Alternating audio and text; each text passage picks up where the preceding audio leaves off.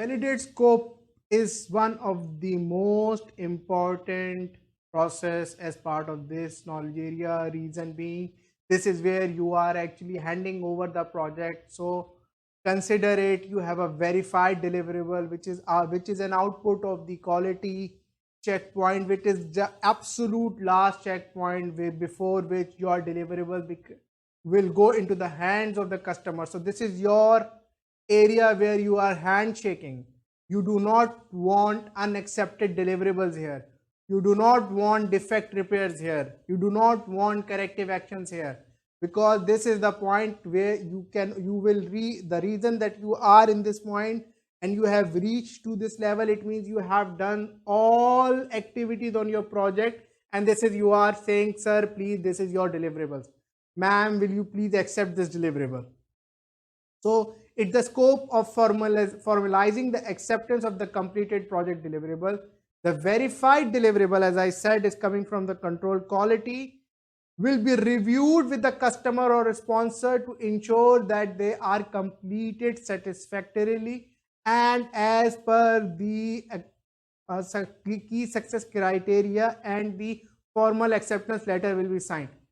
At the time of control quality, you verified yourself. Now we are at the point of demo the application, or showing how the machine will work, or showing the interior if we are doing an interior project.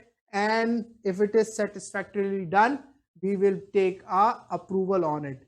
Validating the project scope includes reviewing deliverables to ensure that each is completed as per the requirement identified when you were doing the scope management.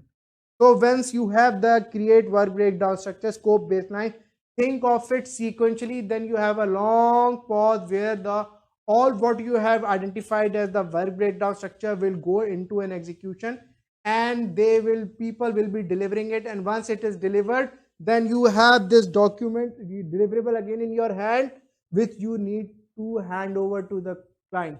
The process will help minimizing the probability of changing occurring in the later stage of the project, if and only if you remain proactive in terms of keeping the stakeholder engagement very high and getting the proper feedback mechanism in place, so that whenever there is something, you have the project stakeholder as part of it.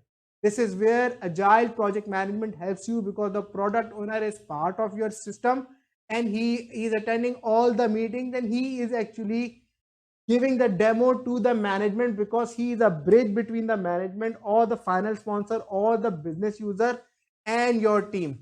Scope validation occurs at the end of each project phase or at the end of each major deliverable.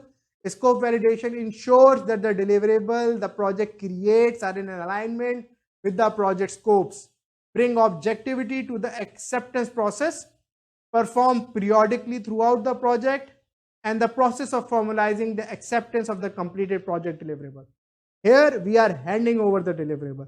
We do not want any hanky-panky. We do not want deliverables coming back to us. This is an introduction to the validate scope. We'll see you in the next session.